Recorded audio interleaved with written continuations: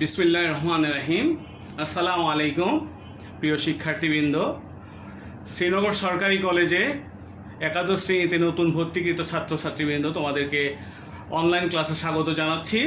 আমি মোহাম্মদ আশিক মাসুদ, সহকারী অধ্যাপক গণিত, শ্রীনগর সরকারি কলেজ, শ্রীনগর, মুন্সিগঞ্জ। আশা করি তোমরা সবাই ভালো আছো। আমরা একটা ব্যতিক্রমী পরিবেশে তোমাদের একাদশ শ্রেণীর ক্লাস পরিচালনা করছি। একটা সুন্দর আনন্দময় মুহূর্ত এখন হতে পারতো তোমাদের জীবনে। কলেজ জীবনের পদার্পণ একটা আনন্দ ঘন মুহূর্ত, কিন্তু তোমরা সেই মুহূর্তটাকে অনুভব করতে পারছো না। একটা দুর্যোগকালীন সময় যাচ্ছে এখন সারা বিশ্বে, করোনার মহামারীতে আক্রান্ত আমরা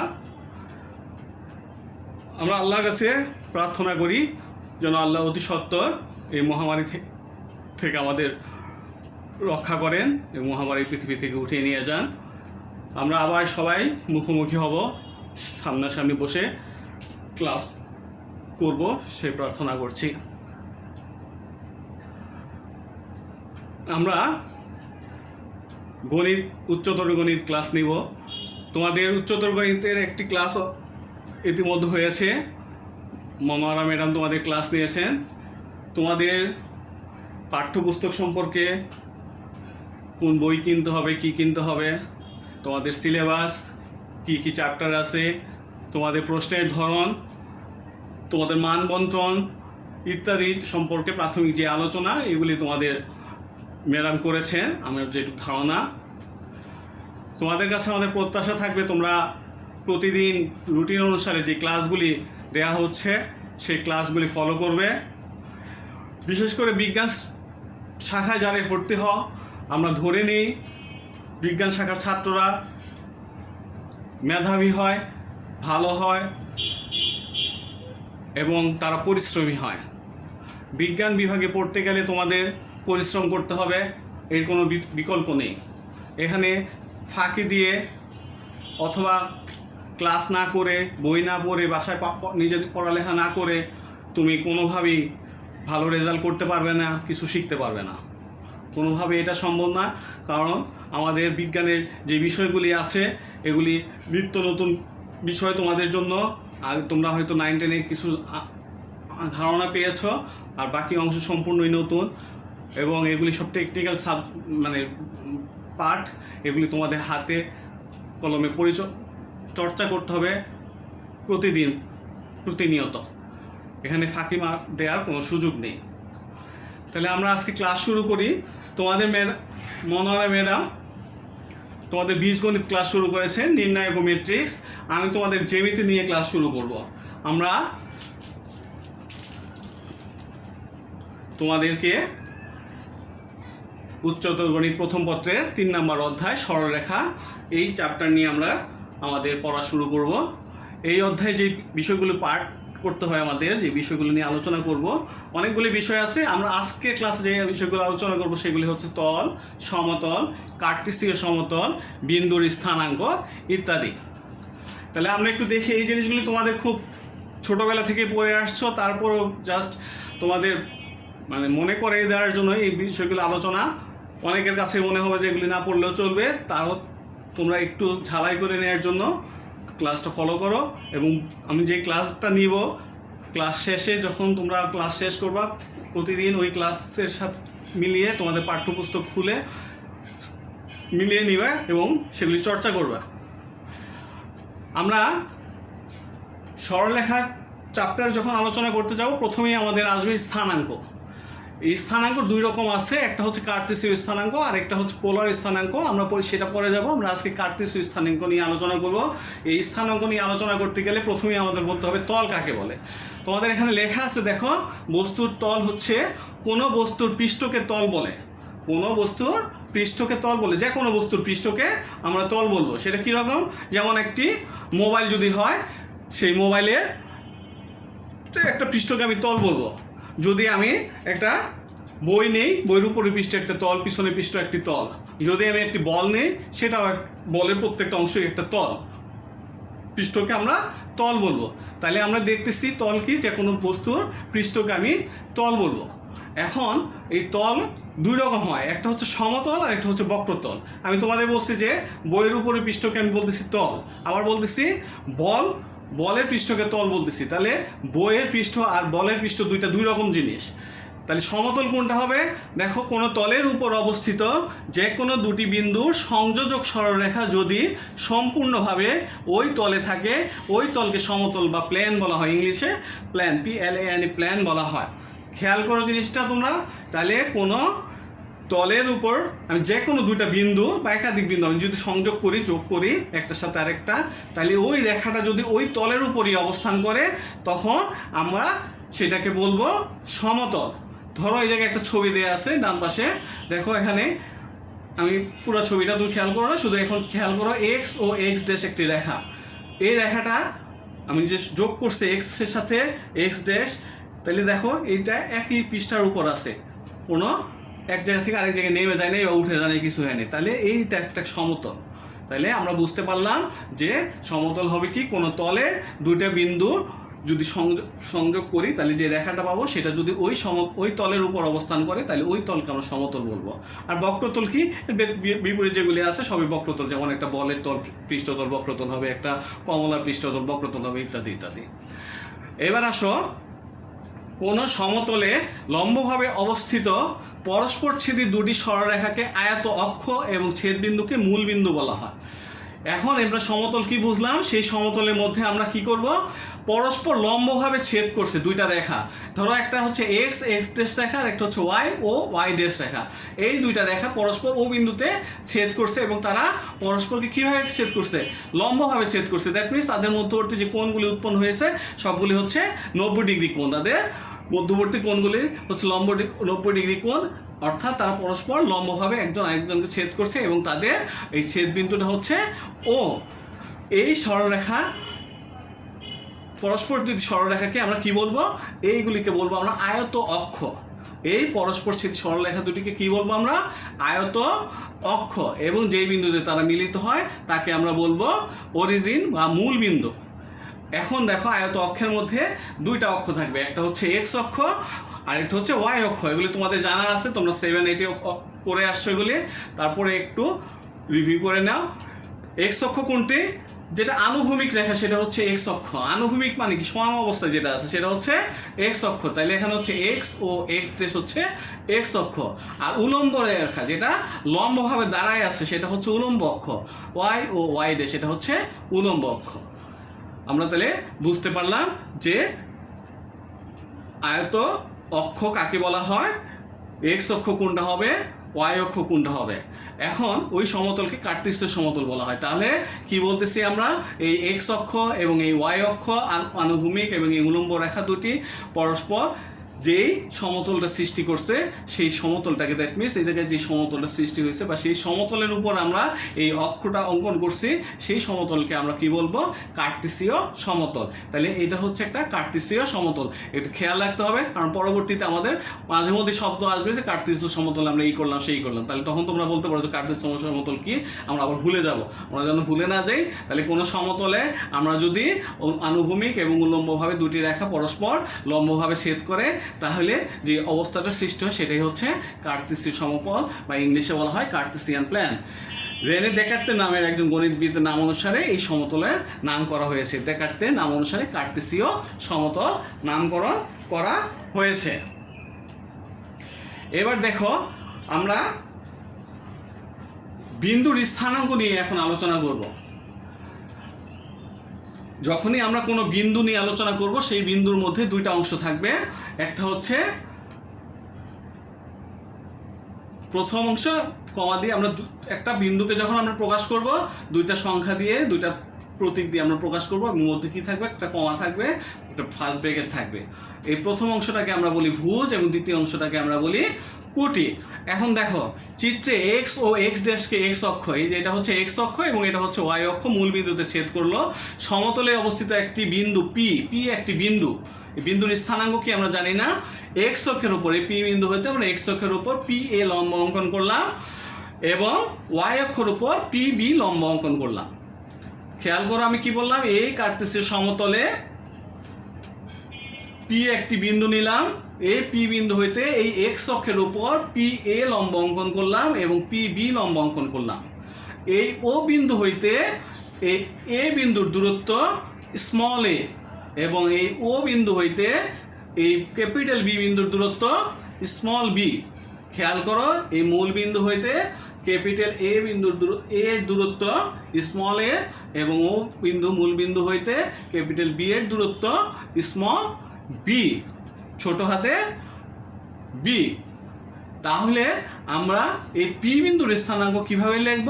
এই পি বিন্দুর স্থানাঙ্ক আমরা কি, আচ্ছা তাহলে এখানে দেখো যে ছবিটা দাঁড়িয়েছে, এখানে কি হয়েছে, একটা কার্টেসীয় একটা আয়তক্ষেত্রের আকৃতি দাঁড়িয়েছে। ঠিক আছে, একটা আয়তকার আকৃতি দাঁড়িয়েছে। তাহলে এই পি বিন্দুর স্থানাঙ্ক এখন কি হবে? পি বিন্দুর স্থানাঙ্ক হচ্ছে এই মূল বিন্দু হইতে এই ক্যাপিটাল এ বিন্দুর যে এর যে দূরত্ব, সেই দূরত্বটা আমি লিখবো আগে, এবং মূল বিন্দু হইতে ক্যাপিটাল বি এর যে দূরত্ব সেটা কমা দিয়ে পরে লিখবো। তাহলে লিখলে যে জিনিসটা আসতেছে সেটাই হচ্ছে এই পি বিন্দুর স্থানাঙ্ক। তাহলে এই ও হইতে এ ক্যাপিটাল এ এর দূরত্ব হচ্ছে স্মল এ এবং মূল বিন্দু হইতে ক্যাপিটাল বি এর দূরত্ব হচ্ছে স্মল বি। তাহলে এই পি বিন্দুর স্থানাঙ্ক হচ্ছে স্মল এ কমা স্মল বি। তাহলে এই যে একটা আয়তাকার আকৃতি তৈরি হইল, এই জন্য এই স্থানাঙ্কটার নাম আমরা দিব কার্টেসীয় স্থানাঙ্ক, যাকে পি এ বি দ্বারা সূচিত করা হয়েছে। আমরা কি নাম দিব এটাকে? আয়তাকার কার্টেসীয় স্থানাঙ্ক বা সংক্ষেপে কার্টেসীয় স্থানাঙ্ক। এবং তার নাম কি হচ্ছে? P A B. পি হচ্ছে বিন্দুটার নাম আর এ বি হচ্ছে স্মল এ, স্মল বি হচ্ছে বিন্দুটার স্থানাঙ্ক। তোমরা একটু ভালো করে খেয়াল করো, আশা করি সবাই বুঝতে পেরেছ। তাহলে আমরা এই বিন্দুর স্থানাঙ্ক কিভাবে বের করব? আমরা বের করব ওয়াই অক্ষ থেকে কত দূরে অবস্থিত, সেই দূরত্ব ডান দিকে হইতে পারে, সেই দূরত্ব এক্স অক্ষ বরাবর বাম দিকে হইতে পারে। তাহলে এটাকে আমরা প্রথমটাকে বলবো আমরা এক্স স্থানাঙ্ক, দ্বিতীয়টাকে বলবো আমরা ওয়াই স্থানাঙ্ক, বা বলবো ভুজ এবং কুটি। এটা আরেকটা নাম আছে যেটাকে বলা হয় ভুজ এবং কুটি।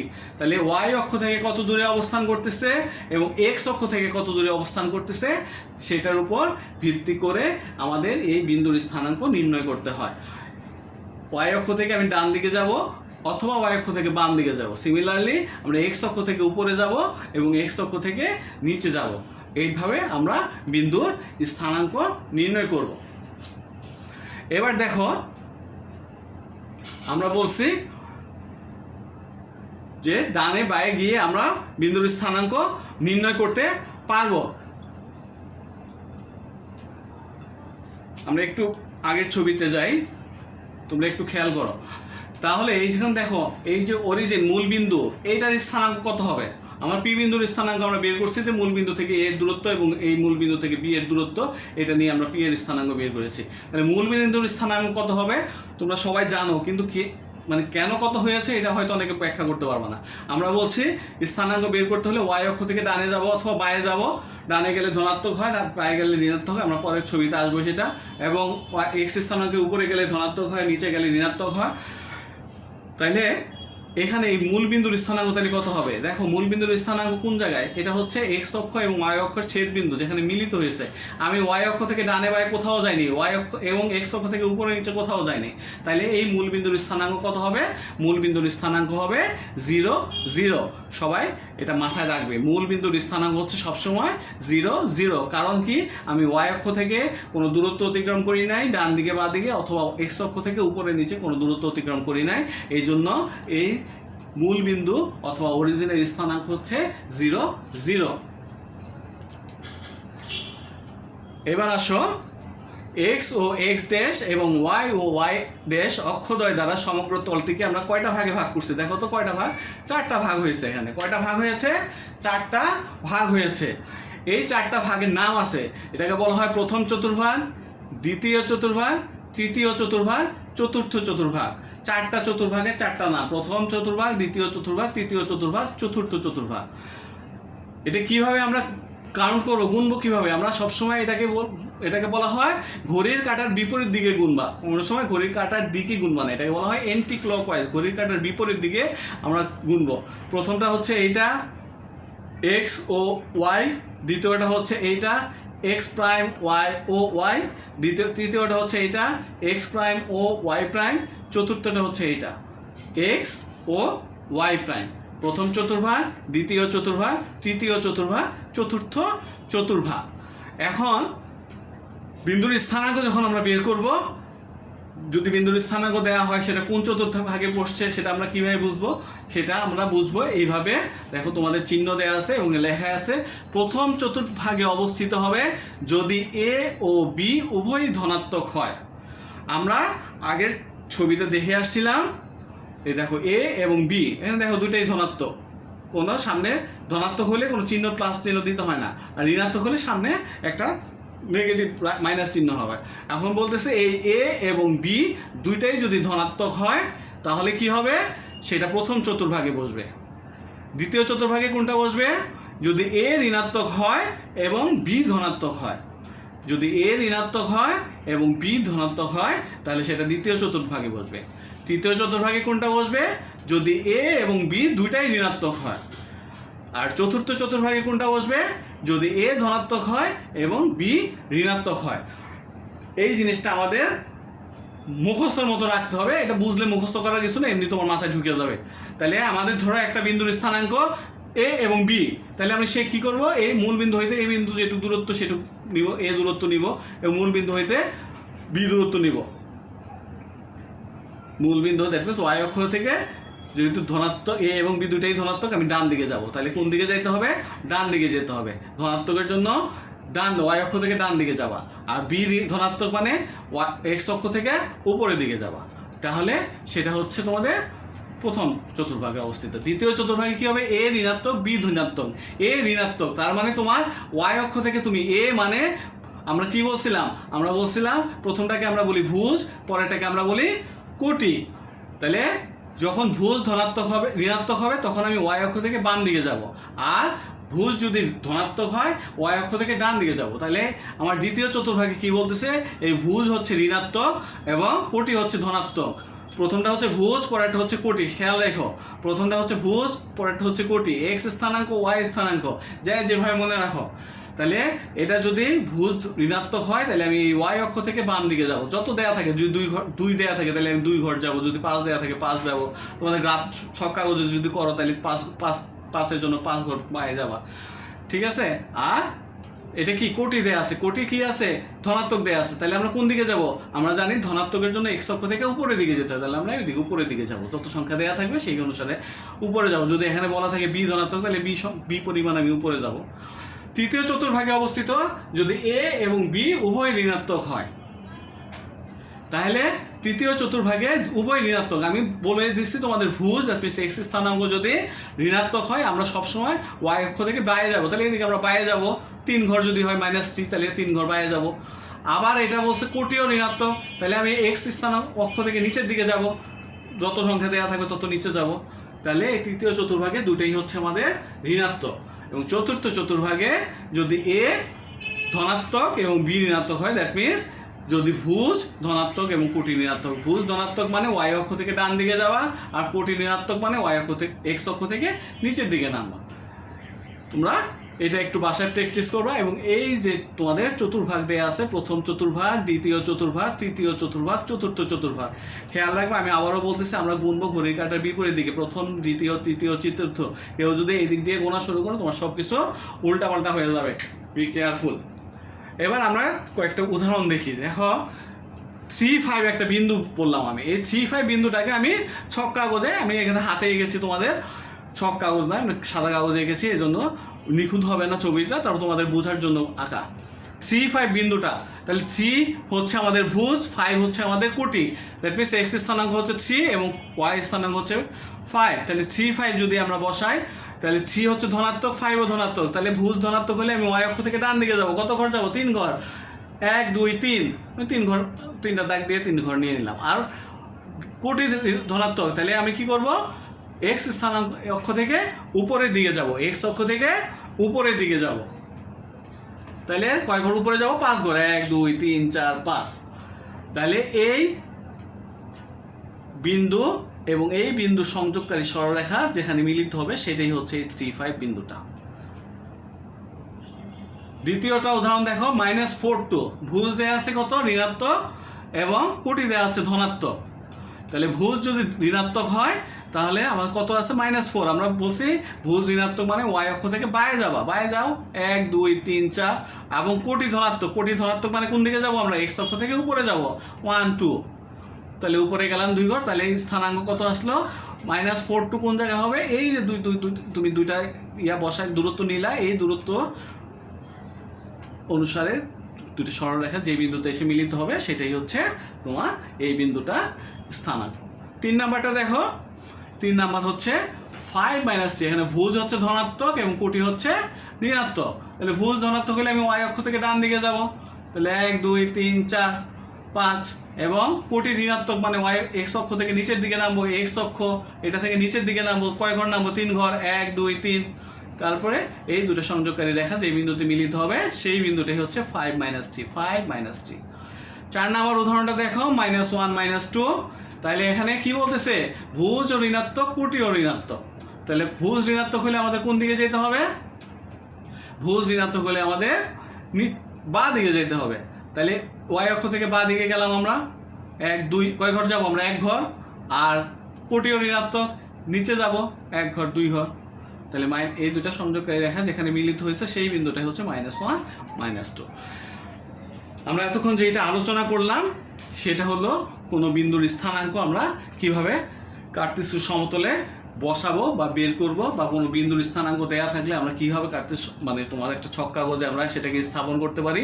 তোমরা এই ছক কাগজ বা গ্রাফ পেপারে যে ব্যবহার সেটা তোমরা ক্লাস 7-এর থেকেই করে আসছো আমার যেটুকু জানা, বা আরও আগেও করতে পারো, আর 9 10-এ তো অবশ্যই করেছো। এগুলি তোমাদের বেশিরভাগ ছাত্রদের জানা আছে, তোমাদের অনেক দিন ওয়ের সাথে হয়তো মানে যোগাযোগ নাই, এই জন্য একটু আমরা রিভিউ করে দিলাম।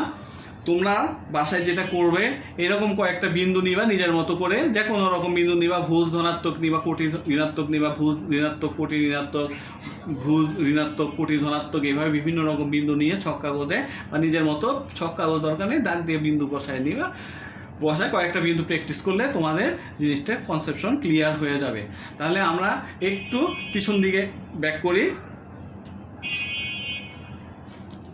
তাহলে আমরা কাকে বলছিলাম সমতল, আমরা বলছিলাম সমতল হচ্ছে তল। কাকে বলছিলাম, যে কোনো পৃষ্ঠের তলকে মানে পৃষ্ঠের কোনো বস্তুর পৃষ্ঠকে আমরা তল বলবো। আর ওই তলের উপর একাধিক বিন্দু সংযোগ করলে যে রেখা পাওয়া যায় সেই রেখা যদি ওই তলের উপর অবস্থান করে তাকে আমরা বলবো সমতল। এই সমতলের মধ্যে যদি আমরা দুইটা রেখা আনুভূমিক এবং উলম্ব দুইটা রেখা পরস্পর লম্বভাবে ছেদ করে, তাদের মধ্যবর্তী ছেদ করে, তাহলে আমরা তাদের মানে ছেদ বিন্দুকে আমরা মূল বিন্দু বলবো, এবং যে ইয়াটা পাবো সেটাকে বলতেছে আমরা আয়ত অক্ষ বলবো। এবং এই যে সমতলটা সৃষ্টি হবে এই রেখাগুলি পরস্পর ছেদ করার ফলে এই সমতলটাকে নাম দিব আমরা তখন কার্তেশীয় সমতল। এই কার্তেশীয় সমতলের মধ্যে আমরা বিন্দুর স্থানাঙ্ক কীভাবে বের করছি, মূল বিন্দু থেকে যে কোনো বিন্দুর ওয়াই অক্ষ থেকে দূরত্ব এবং এক্স অক্ষ থেকে দূরত্ব দ্বারা আমরা বিন্দুর স্থানাঙ্ক বের করি। একটা বিন্দুর স্থানাঙ্ক যখন বের করতে হয় তখন দুটা জিনিস থাকে, একটা হচ্ছে ভুজ এবং একটা হচ্ছে কোটি। ভুজ কোনটা, ভুজ হচ্ছে মূল বিন্দু হইতে বা ওয়াই অক্ষ থেকে ডানে বা বায়ে যে দূরত্ব সেটা হচ্ছে ভুজ, এবং এক্স অক্ষ থেকে উপরে বা নিচে যে দূরত্ব সেটা হচ্ছে কুচি। এই চিত্রে আমরা এ হচ্ছে ভুজ এবং বি হচ্ছে কোটি। এ হচ্ছে ভুজ, এই লেখা আছে তোমাদের ও বি পি, এক্স অক্ষ বিন্দুটির দূরত্বকে পি বিন্দুটির কোটি বলা হয়। আবার ও এই যে গেল বিপি, ওয়াই অক্ষতে বিন্দুর দূরত্ব, ওয়াই অক্ষ থেকে বিন্দুটির দূরত্ব হচ্ছে এ, এই এ হচ্ছে ভুজ, এবং এই স্মল বি এই যে এই দূরত্বটা এটা হচ্ছে কোটি। দ্যাট মিনস ওয়াই অক্ষ থেকে বিন্দুটার দূরত্ব হচ্ছে ভুজ, এক্স অক্ষ থেকে বিন্দুটার দূরত্ব হচ্ছে কোটি। ওয়াই অক্ষ থেকে ডানের দিকে দূরত্ব হতে পারে, বায়ের দিকে দূরত্ব হতে পারে, এক্স অক্ষ থেকে উপরে দূরত্ব হতে পারে, নিচেও দূরত্ব হতে পারে। ডানে হলে ধনাত্মক, ওয়াই অক্ষ থেকে ডানে যখন যাবো তখন ভুজ ধনাত্মক, আর ওয়াই অক্ষ থেকে বাইরে যখন যাবো তখন হচ্ছে ভুজ ঋণাত্মক। এক্স অক্ষ থেকে উপরে যখন যাবো তখন হচ্ছে কোটি ধনাত্মক, এবং এক্স অক্ষ থেকে নিচে যখন যাবো তখন কোটি হচ্ছে ঋণাত্মক। এইভাবে আমরা এই জিনিসগুলি বের করছি। তারপর তোমাদের 4টা চতুর্ভাগে আমি দেখিয়েছি যে আমরা যখন আনুভূমিক এবং দেখবে যে একটা কার্তেশীয় সমতলে 4টা খণ্ড থাকে, 4টা ভাগ থাকে, প্রথম চতুর্ভাগ, দ্বিতীয় চতুর্ভাগ, চতুর্থ চতুর্ভাগ, এবং এটা আমরা গুনবো কীভাবে, ঘড়ির কাঁটার বিপরীত দিকে গুনবো, এবং কোন জায়গায় বিন্দুর স্থানাঙ্ক কোনটা ধনাত্মক ঋণাত্মক হবে সেটা আমরা দেখিয়ে দিয়েছি। আমরা কয়েকটা উদাহরণ নিয়ে আলোচনা করেছি। আশা করি তোমরা ক্লাস বুঝতে পেরেছ। কারো কোনো সমস্যা থাকলে আমরা সরাসরি ক্লাস নিলে যে উপকার আমাদের, সেই উপকার আমরা এখানে পাবো না। কারণ তোমাদের আমি বুঝতে পেরেছো কি না সেই উত্তর তোমাদের কাছ থেকে এই মুহূর্তে আমি জানতে পারতেছি না। আর না বুঝতে পারলে আবার বুঝিয়ে দিব সেইটা কোনটা বুঝতে পারো না সেইটার উত্তর আমি তোমাদেরকে দিতে পারতেছি না। আসলে দুধের স্বাদ ঘোলে মিঠাই একটা কথা আছে, কিন্তু আমাদের সামনাসামনি মুখোমুখি ক্লাস নেওয়ার যে উপকারিতা, সেই উপকারিতা তোমরা এই অনলাইন ক্লাসের মাধ্যমে পুরোটা পাবে না। এটা আমাদের মেনেই নিতে হবে। তারপরেও আমরা আশা করব তোমরা যদি এই অনলাইন ক্লাসগুলি অনুসরণ করো, প্রতিদিন যা পড়ানো হয় সেগুলি নিজেরা একটু চর্চা করো, বাসায় নিজেও চর্চা করো, তোমাদের যে কোনো বিষয়ে 60 থেকে 70% সিলেবাসের নিজেরাই তোমরা কভার করে নিতে পারবা। আজকে আমরা এখানে ক্লাস শেষ করছি। তোমরা সবাই ভালো থাকো। পরবর্তী ক্লাসে তোমাদের সাথে দেখা হবে। আসসালামু আলাইকুম।